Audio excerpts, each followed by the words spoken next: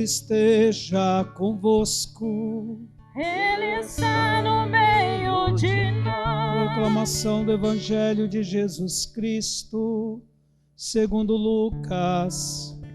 Glória a vós, Senhor. Naquele tempo, os 2 discípulos contaram o que tinha acontecido no caminho e como tinham reconhecido Jesus ao partir o pão. Ainda estavam falando quando o próprio Jesus apareceu no meio deles e lhes disse: A paz esteja convosco. Eles ficaram assustados e cheios de medo, pensando que estavam vendo um fantasma. Mas Jesus disse: Por que estáis preocupados e por que tendes dúvidas no coração? Vede minhas mãos e meus pés, sou eu mesmo. Tocai em mim e vede. Um fantasma não tem carne nem ossos, como estáis vendo que eu tenho. E dizendo isso, Jesus mostrou-lhes as mãos e os pés, mas eles ainda não podiam acreditar, porque estavam muito alegres e surpresos. Então Jesus disse: Tendes aqui alguma coisa para comer? Deram-lhe um pedaço de pão assado, e tomou e comeu diante deles. Depois disse-lhes: São estas as coisas que vos falei quando ele estava convosco.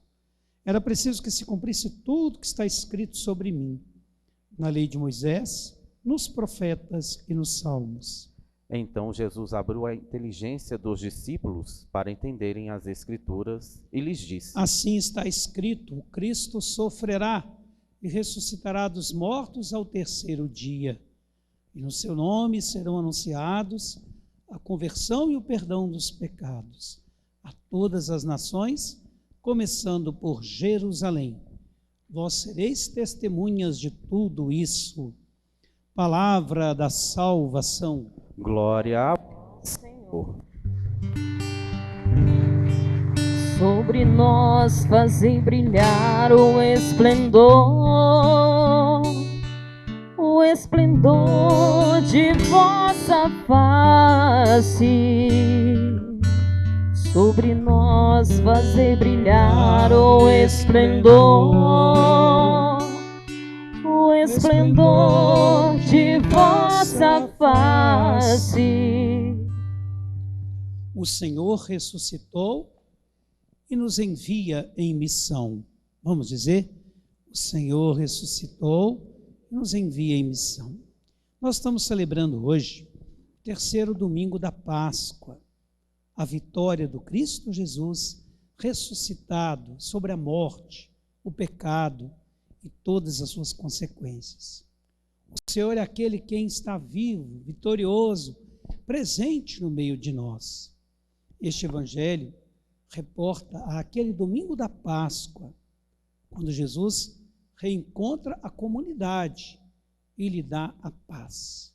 A paz é o grande dom da Páscoa, porque a paz, na língua dos judeus, significa plenitude, bênção, felicidade plena, alegria, partilha. A presença do Senhor gera a paz. Quando a gente, aqui na missa, fala assim: a paz do Senhor esteja convosco, o que a gente responde? Então, Ele está no meio de nós. Se Ele está no meio de nós, nós temos paz ou não? Há uma história interessante de um homem que queria saber o que era inferno e o que era céu. E esse homem era um homem assim, muito nervoso, descontrolado, andava armado. E um dia ele visitou um mestre. Chegou ao mestre e perguntou: ô mestre, o senhor é o mestre? Quero saber o que é inferno e o que é céu. Aí o mestre olhou para ele e falou assim: você está querendo saber o que é inferno, o que é céu?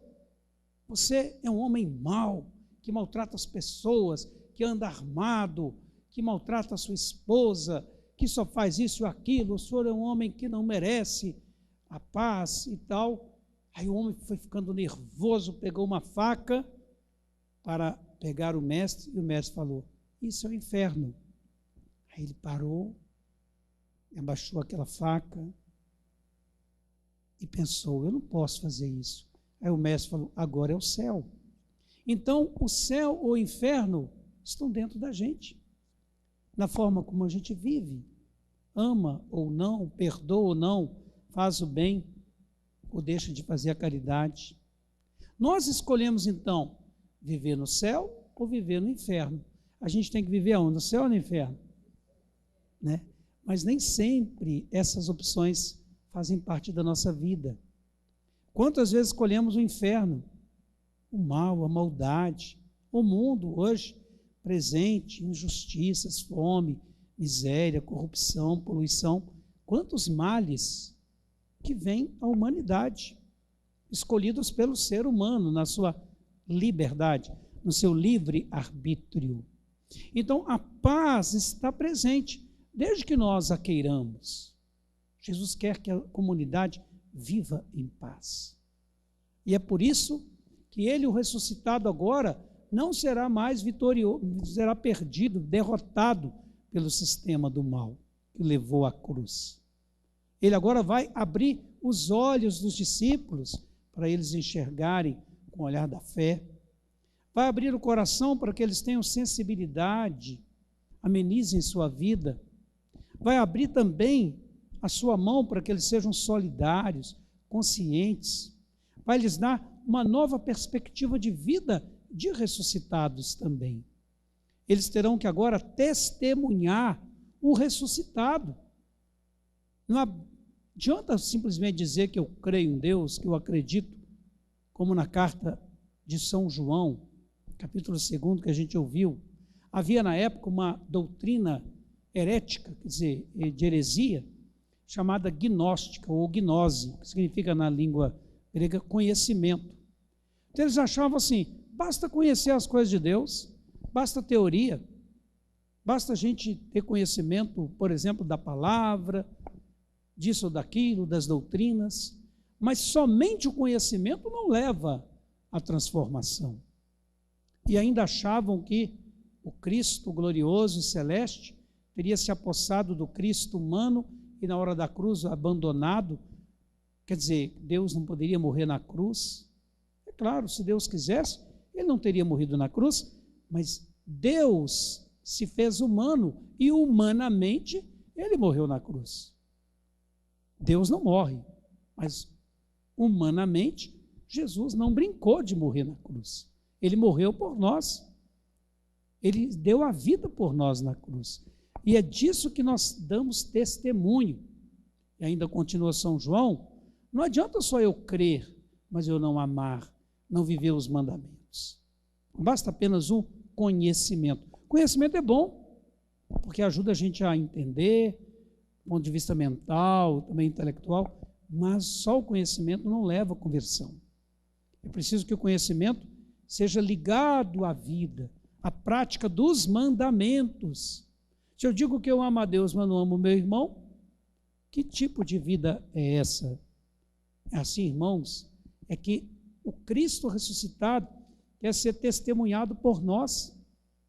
A leitura dos Atos dos Apóstolos, escrita pelos anos 80, uma época de crise da comunidade, quando a cidade tinha sido destruída, o templo pelos romanos no ano 70, muita gente já tinha abandonado a religião. Aliás, muita gente faz isso mesmo. Vem a pandemia, vem o sofrimento, e acha que Deus esqueceu. Ah, por que aconteceu isso comigo? Por que eu peguei esse vírus? Por que a pessoa querida pegou e morreu? Até padres já morreram, né? Por causa de Covid. A gente acha que Deus tem que fazer a nossa vontade. Não, nós vivemos na realidade. E a realidade para todos nós é a mesma. Contudo, nós podemos enfrentá-la com fé, com amor, com determinação, com os cuidados necessários. Por isso que Pedro e os apóstolos testemunharam Cristo ressuscitado, falando para aquelas autoridades que mataram Jesus por ignorância, por maldade, por rejeitarem o Senhor, o autor da vida. Pedro vai dizer, vocês o mataram, trocaram até por um assassino, mas Deus olhou para ele. Deus o deixou morrer, mas Deus o ressuscitou. E é dele que nós falamos, é dele que nós damos testemunho. Ele está vivo, ele não está morto. Nós somos chamados a testemunhar a presença dele hoje, na família, na comunidade, na caridade, na partilha, no trabalho, né, pela vida do nosso povo, para que a fé seja preservada, e nós possamos viver sempre este amor um ao outro também. Que bom a gente poder reabrir nossos templos para sermos também templos de Deus, do Deus vivo e ressuscitado.